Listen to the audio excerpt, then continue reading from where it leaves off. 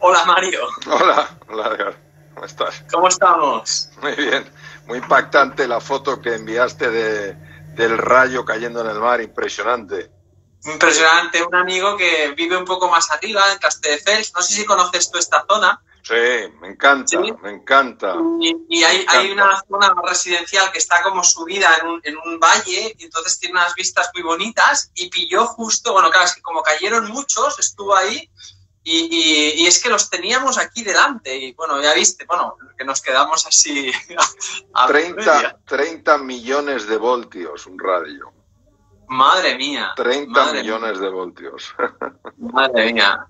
Ya puedes salir corriendo del agua. Había gente, a mí me gusta hacer deportes de mar y había gente por ahí que estaba en el agua diciendo, oye, salir para afuera porque como te caigan 30 millones de voltios, Sí, pues... sí, sí. Hay gente que yo conozco alguna persona que lo superó, son verdaderamente excepcionales, porque lo normal es que te carbonice, vamos, te produce, si no te carboniza te hace una fibrilación ventricular, pero bueno, no hablemos de cosas tristes. Bueno, oye Mario, nada, pues agradecerte de mi parte, de parte de todos también ¿no? que te hayas puesto, ¿no? a disponibilidad para estar otra vez, porque pues bueno, fue una pena, estábamos todos ahí súper interesados en tus explicaciones. Y bueno, si te parece, empezamos el otro día que nos hiciste una pequeña reflexión de cómo veías el momento, ¿no? De cómo la visión de la salud así más integrativa. No sé si te parece que recapitulemos un poco. Sí, claro que sí. Claro que sí. Porque había gente súper interesada que nos ha preguntado y que van a estar encantados de escucharlo. Pues, por supuesto, fenomenal. Vamos a por ello. Venga, Mario, gracias. ¿Quieres que te cuente algo o me quieres tú? Sí, vale. Sí, la idea, o sea, el otro día empezamos, yo te pregunté un poco cómo veías este momento, ¿sabes? Cómo impacta, ¿no? A nivel global, ¿no? Esa parte integrativa de la que nos hablaste tan interesante. Mira, la medicina alopática, que es la medicina que se practica en Occidente y que está muy evolucionada, imaginémonos todo lo que ha evolucionado, la cirugía, la radioterapia, la quimioterapia, toda la farmacología, etcétera, está siempre dirigida a atacar a la gente que daña. Sea una bacteria, utilizas antibióticos, sea un virus, como está ocurriendo ahora, pues utilizando algunos medicamentos que tenga algún tipo de reacción cruzada que evite que el virus utilice su corona para entrar en las células, etcétera, etcétera. Pero siempre es así. Hay un tumor, pues los cirujanos tenemos que entrar para extirpar el tumor, luego en algunos casos hay quimioterapia, hay radioterapia y todo esto está dirigido a destruir el tumor. Pero en la medicina alopática, en la medicina nuestra, a pesar de lo avanzada que es, no está considerado, por lo menos de forma esencial, lo importante que es cuidar al organismo para que el organismo sea hostil a la bacteria, para que el organismo sea hostil al virus, para que el organismo sea hostil al desarrollo de mutaciones.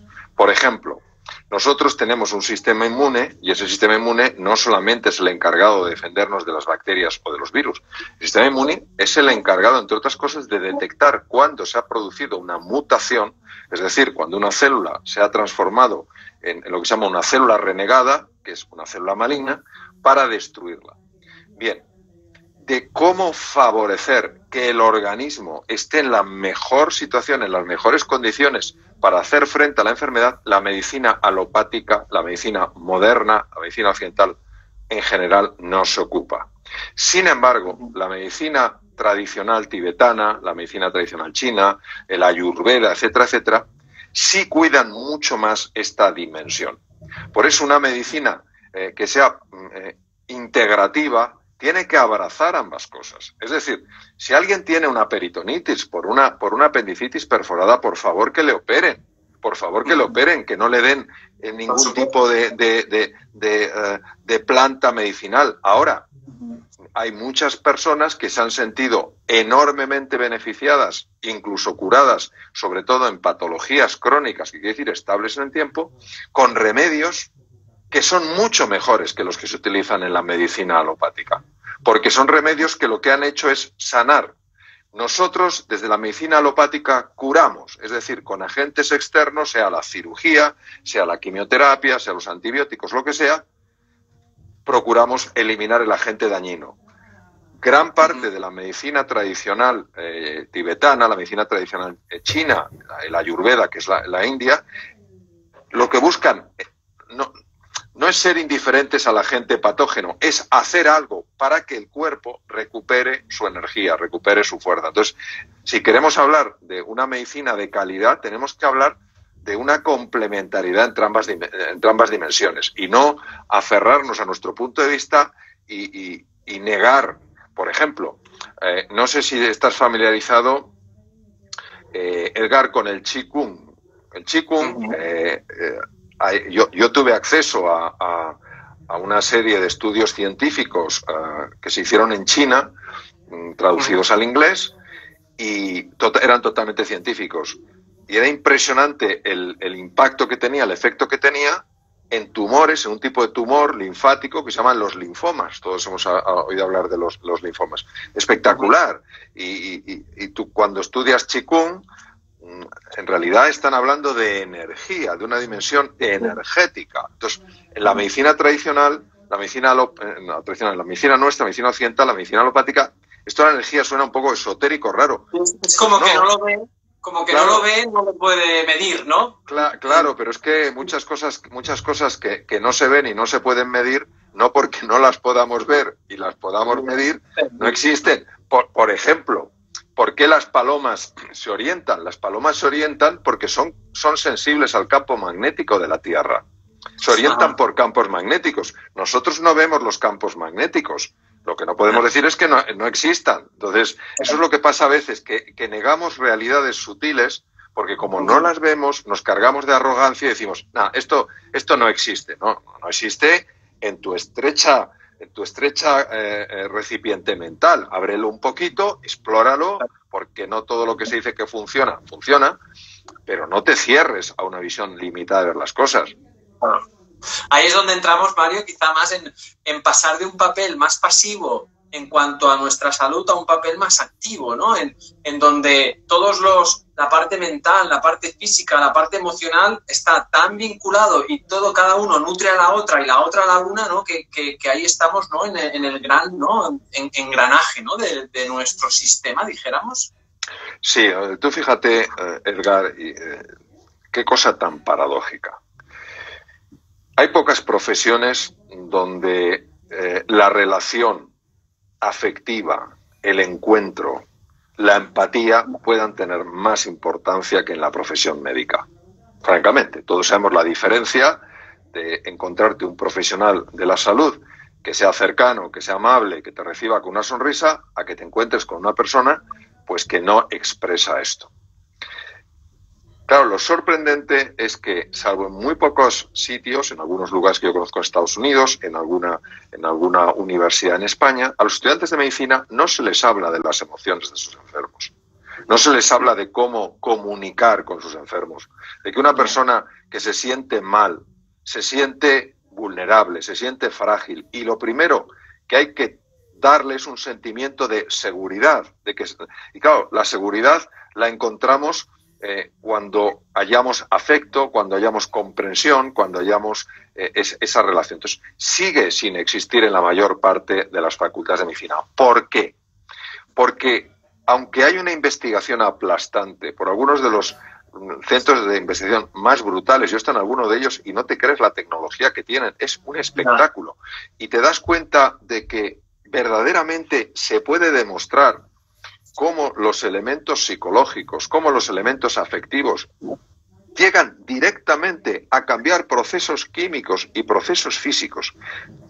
No deja de sorprenderte que esto no se haya extendido más y que a los estudiantes de medicina a lo largo de 6 años que estudiamos de todo, cuando digo de todo, es de todo, no haya un espacio de suficiente peso, de suficiente calado, para hablar de lo importantísimo que es cuando llega un enfermo a tu consulta o cuando vas a visitarlo a la habitación de un hospital, generar ese espacio donde ese enfermo se encuentre psicológicamente, afectivamente más tranquilo y más seguro. ¿Qué vivimos? Vivimos un paradigma paradigma viene del griego, quiere decir forma de ver, muy limitado, y cuesta mucho abrir este paradigma, porque, fíjate, yo he dado, hace no mucho, di una conferencia para algunos de los mejores neurólogos de España, eran 90 neurólogos. El nivel de neurología en España es espectacular, realmente el nivel de los profesionales sanitarios, médicos en España es absolutamente, te lo digo porque yo he vivido en Estados Unidos, he ejercido cirugía en Estados Unidos, es absolutamente comparable a los mejores países del mundo. Y yo les hablé del impacto de las emociones en el cerebro, el impacto de las emociones en la salud, y la verdad es que vi un interés por parte de ellos enorme. Realmente no es que estén cerrados, es que si nadie les habla de eso, pueden saber mucha neurología, de hecho seguro que saben mucha más neurología que yo, pero al desconectar la neurología, la parte anatómica, la parte fisiológica con la parte anímica, se pierde un recurso importantísimo. Claro. No, es que ya sabemos, sabe que una gran parte de las patologías actuales degenerativas tienen un trasfondo emocional, ¿no? Llámese ansiedad, llámese estrés, ¿no? Llámese todo ¿no? Esta epigenética en la que el ser humano occidental actual está envuelto, ¿no? Y todo esto, ¿no? Tener consideración sobre ello, creo que es una de las grandes vías, ¿no? De profundizar, ¿no? Y de estar ahí madurándolas. Es así, pero hasta puntos difíciles de creer. De hecho, yo a estos neurólogos les hablé de una enfermedad que ellos conocen bien, que es la esclerosis múltiple. Es un proceso, es una enfermedad degenerativa que afecta pues, a lo que es la mielina, que es una capa que rodea, muy sofisticada, que rodea el axón. El axón es por donde la neurona emite su señal y que la produce una célula que se llama el oligodendrocito. El oligodendrocito es una célula preciosa, va haciendo como una especie de envoltura, eso es la mielina, y lo que hace es que la velocidad del impulso, o sea, el impulso eléctrico, en lugar de ir de forma lineal, va dando saltos por lo que se llaman los nódulos de Ranvier. Entonces, cuando esa capa de mielina se va destruyendo, la velocidad es mucho más lenta y vemos a personas muy jóvenes que están padeciendo esclerosis múltiple. Bien, pues se sabe, por ejemplo, que el simple hecho de la gestión mental a través de una práctica que se llama el mindfulness reduce tanto la intensidad de los brotes, es decir, la gravedad de los brotes, como la frecuencia de los brotes. Es una enfermedad que afecta por brotes. Se han hecho estudios, por ejemplo, en enfermedades degenerativas como el Parkinson. La enfermedad de Parkinson existe no se segrega un neurotransmisor que se llama la dopamina. La dopamina la produce se llama la sustancia negra del mesencéfalo y produce menos. Bueno, se han hecho estudios donde la persona de alguna manera ha utilizado su imaginación para crear dopamina. Y esto, bueno, qué tontería, qué chora. Pues no, pues han aumentado los niveles de dopamina. Y pero ¿cómo es posible? Si las neuronas no producen, las neuronas de sustancia negra no están produciendo dopamina, pues porque hay mucho por explorar. Es decir, el ser humano se sabe dónde comienza, pero no se sabe dónde termina. Entonces, yo creo que el ser humano es mágico. O sea, yo creo que hay dimensiones tan hermosas de la realidad, tan fascinantes de cada persona, sin ninguna excepción, que esa confusión, es decir, ¿cómo es posible? No debe llevarnos al enfado, esto no puede ser, sino a la admiración, a la gratitud, al deseo de explorar. Es decir, ¿qué hay en la imaginación humana que sea capaz de crear una realidad que parece imposible? Y claro, esta apertura es muy importante desde mi punto de vista, no solo que la tengan todas las personas, sino que la tengamos los hombres de ciencia, los hombres que amamos a la ciencia, porque la ciencia en el fondo lo que ha de buscar no es sostener como sea un punto de vista. Lo que tiene que ser es descubrir cuál es el punto de vista que más nos acerca a la realidad, que más nos acerca a la verdad. Qué bueno, Mario.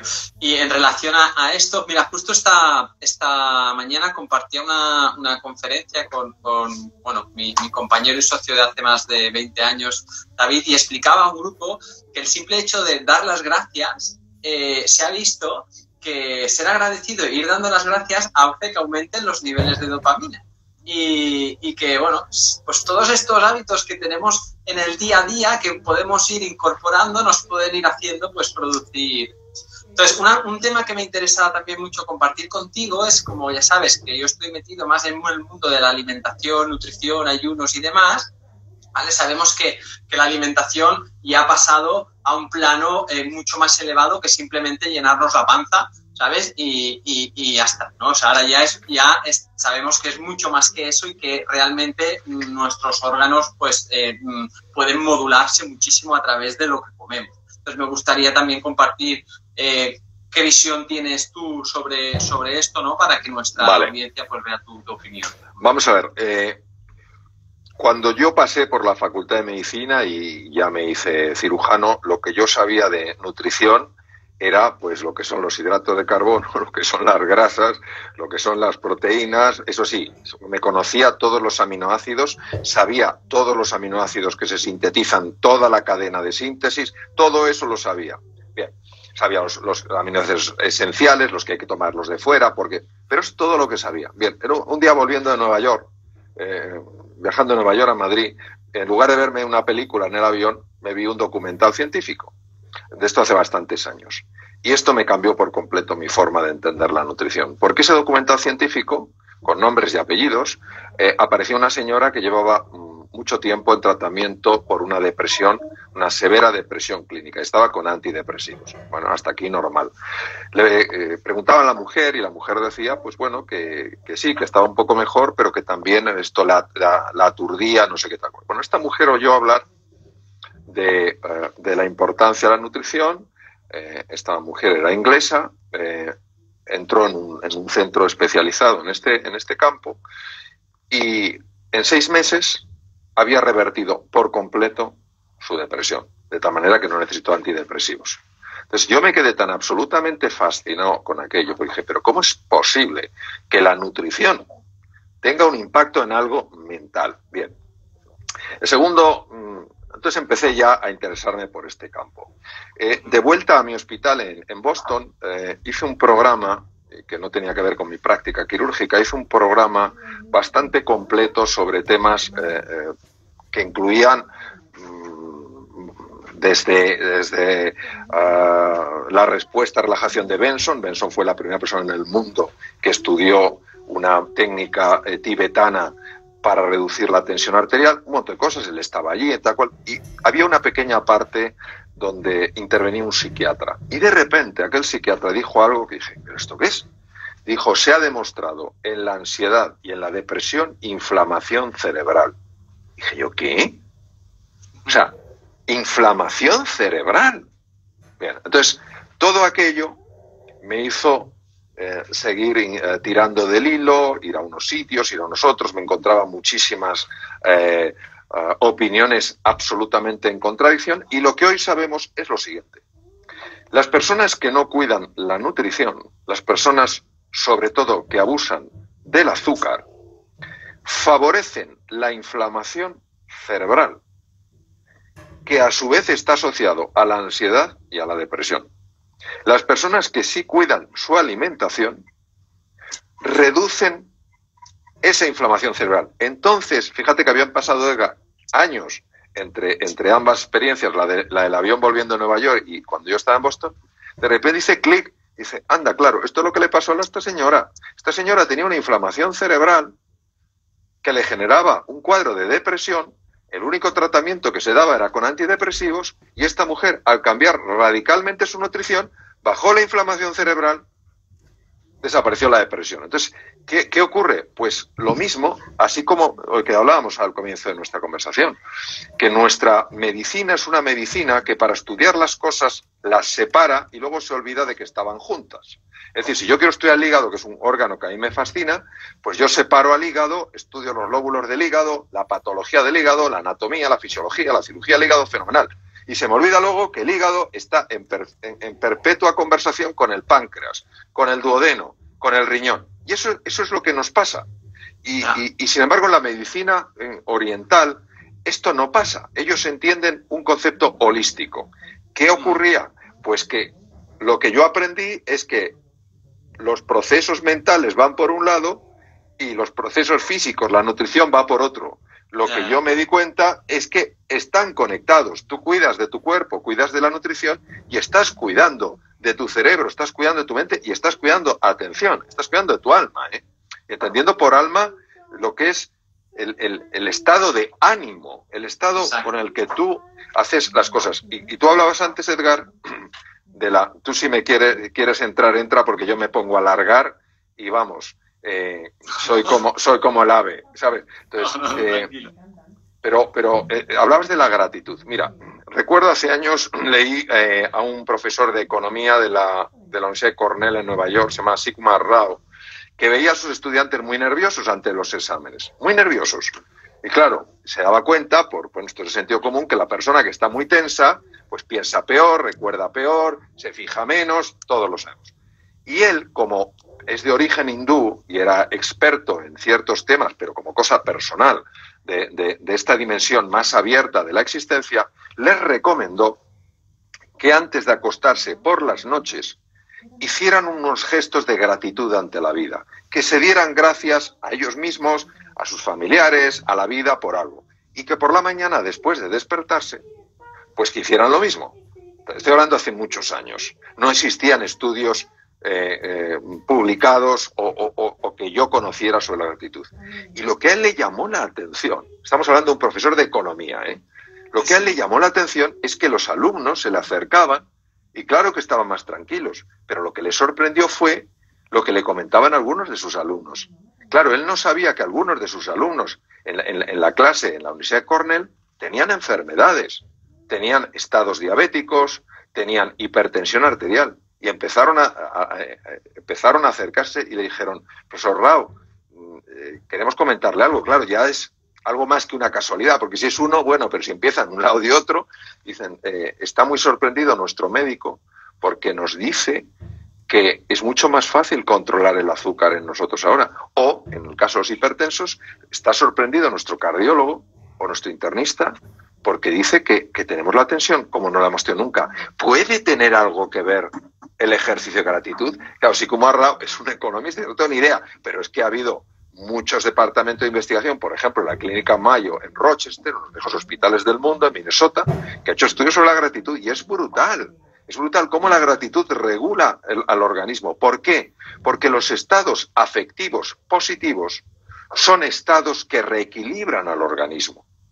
Y claro, si uno se acuesta por la noche enfadado porque no ha hecho todo lo que quería hacer y se levanta por la mañana asustado por lo que se va a encontrar, pues esos sentimientos están generando cambios químicos, por supuesto, a nivel del páncreas, por supuesto en los controles de azúcar, por supuesto en el sistema cardiovascular, por supuesto en el sistema inmune. Pues, ¿qué pasa? Que ya no es una cuestión blandita de voy a agradecer, es que es inteligente agradecer, porque además yo creo que todos tenemos algo que agradecer a la vida. Ya. Yo esto, de hecho, esto que decías de ver las cosas con actitud positiva, con nuestras experiencias, que sobre todo cuando hacemos retiros donde acogemos a gente y hacemos unos procesos de ayuno, ¿no? De restricción calórica para buscar, bueno, varias dijéramos, avances en la relación con la alimentación, en aprender nuevos hábitos y demás. La experiencia es muy diferente en aquellos que vienen con una mentalidad muy en positivo, muy abierta, no viéndolo como una restricción, es decir, no viendo el ayuno, por ejemplo, como una privación, sino al contrario, como una oportunidad para que el cuerpo pues ponga en marcha diferentes recursos fisiológicos, bioquímicos y demás para sus mejoras. Claro. Entonces, dime. No, por favor, sigue. No, entonces, aquí ¿no? Es algo con lo que pues hemos tenido mucho contacto en los últimos años, ¿no? Y vemos estos grandes cambios, ¿no? en la gente en los diferentes planos, ¿no? De cómo esta herramienta, ¿no? de la restricción calórica, el ayuno, pero vista desde ese punto de vista positivo. Y yo les digo, siempre les digo, oye, o sea, la experiencia que cambia mucho depende de cómo esté tu enfoque y tu perspectiva mental, ¿no? Y esto, claro, a nivel bioquímico lo podemos explicar, ¿no? O sea, que tiene sus justificaciones, ¿no, Mario?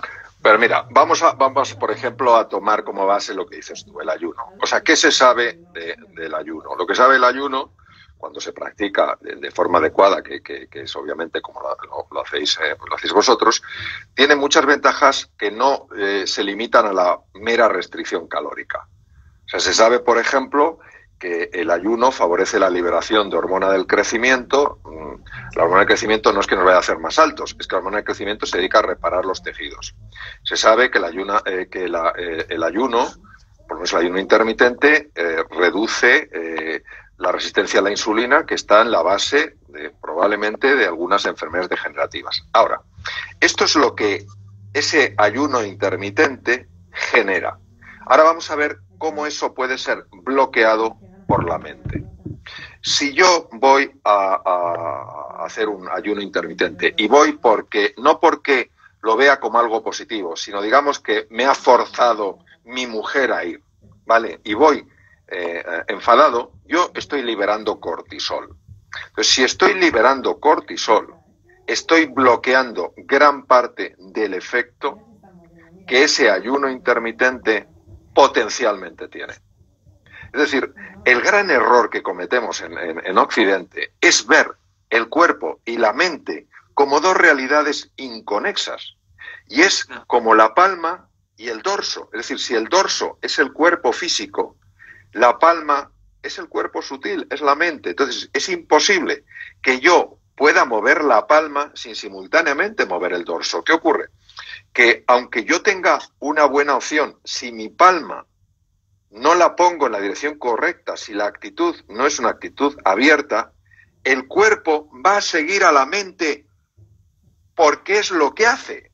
El cuerpo sigue a la mente. Entonces, si la mente no quiere, aunque tú le des cosas favorables al cuerpo, el cuerpo se va a cerrar. Y esto lo tenemos, por ejemplo, pero clarísimo en el llamado y poco entendido efecto placebo. El efecto placebo, muchas personas creen que es, bueno, es que se lo ha imaginado, que no. Si el efecto placebo es la gran, ¿cómo te diría yo? El gran obstáculo que se encuentra en las compañías farmacéuticas en la fabricación de productos farmacéuticos, porque tienen que superar el efecto placebo, y es muy difícil superar el efecto placebo. Yo me tomo una píldora de color azul o de color rojo brillante y me creo que esa píldora me va a quitar el dolor de cabeza, me lo creo porque me lo ha dicho alguien que para mí tiene autoridad y me lo creo, es que se me quita el dolor de cabeza, pero a niveles difíciles de creer en eso y en otras cosas. Entonces, claro, las compañías farmacéuticas tienen que crear productos que sean superiores al efecto placebo. Y a veces, después de montones de años de investigación, no consiguen esos productos. ¿Qué quiere decir eso? Quiere decir que los procesos mentales y la actitud es un proceso mental, tiene inevitablemente un impacto físico. Nos puede gustar o no, pero es lo que es. Claro, si tú estás haciendo el ayuno pensando todo el rato que ganas de comerte el no sé qué, que qué hambre tienes, que no sé qué, pues claro, así evidentemente pues el cortisol no te va a permitir encontrar las maravillas que puede haber ahí detrás, evidentemente. Claro, porque en esos momentos los procesos mentales tienen una traducción en procesos físicos que pueden estar en contra de lo que tú a nivel positivo quieres transformar. Entonces es como aquella persona pues que tiene una cosa buena para regalarte, está intentando abrir la puerta y tú se la estás cerrando. Pues bueno, si es que es difícil que entre. Mario, última cosa. Creo que nos pueden aportar mucha luz en uno de los grandes retos o dificultades que al menos yo me encuentro a nivel como profesional de la salud, sobre todo es en guiar a personas que están muy acogidas a procesos de ansiedad y que utilizan los alimentos y de una alimentación muy procesada para intentar compensar o intentar, ¿no?, gestionar muchas situaciones emocionales. Y esto ahora, por ejemplo, con el confinamiento, ha habido un gran sector de la población que ha empezado, debido a la situación, a utilizar la comida, sobre todo la comida del junk food, ¿no?, la comida así más basura, como mediador, ¿no?, de gestionar esas situaciones emocionales. Y realmente hay personas que les cuesta muchísimo, ¿no?, que que frenar esto, ¿no? Entonces, digo, a ver cómo Mario nos puede aquí aportar alguna idea. Vale. Vamos a ver. Nosotros tenemos que pensar aquí no en una carrera de velocidad, sino en una carrera de fondo. Entonces, en la carrera de velocidad, la situación de ansiedad se calma muy rápidamente comiendo, porque hay que entender de dónde viene esa ansiedad. Esa ansiedad viene fundamentalmente de la liberación de cortisol. Pues el cortisol necesita niveles muy altos de azúcar en sangre y esos niveles de azúcar son inadecuados, pero como hay una liberación grande de cortisol, hay una necesidad de tomar temas dulces. Los alimentos altamente procesados son muy abundantes en azúcar y en sal, ¿vale? A diferencia de los alimentos mucho más naturales. Estoy hablando de los altamente procesados. O sea, no podemos meter en el paquete todos los alimentos procesados porque hay algunos que están bien y otros que no están bien. Entonces, ¿qué ocurre? Pues que cuando tú comes esos alimentos procesados, estás siguiendo las exigencias del cortisol. Pero es que además ocurre una cosa. Nosotros tenemos en lo que se llama la microbiota o microbioma, que es lo mismo, en el tubo digestivo, nosotros tenemos como dos líneas de bacterias. Los bacteroidetes, que digamos que son los buenos, y los firmicutes, que son los malos. ¿Qué les gusta a los bacteroidetes? A los bacteroidetes les encanta la dieta mediterránea. Mucho vegetal, mucha cosa, mucha fibra, porque es de lo que viven. ¿Qué les encanta a los malos, entre comillas? A los firmicutes, lo que les encanta es lo dulce. ¿Qué pasa? Que en las situaciones de estrés elevado se produce un desequilibrio en la flora bacteriana. Por eso hay tantos trastornos en el tubo digestivo, es una de las razones. Ay, es que el estómago lo tengo revuelto, no sé qué tal cual. Entonces empiezan a ganar los firmicutes, los malos. Y los malos que dicen, dame lo que quiero, dame lo que quiero. ¿Y qué es lo que quieren? Fibra. Al firmicute, la fibra es que no le interesa el azúcar. Entonces son los firmicutes como locos. Claro, están tan integrados en nuestra biología que parece que la adicción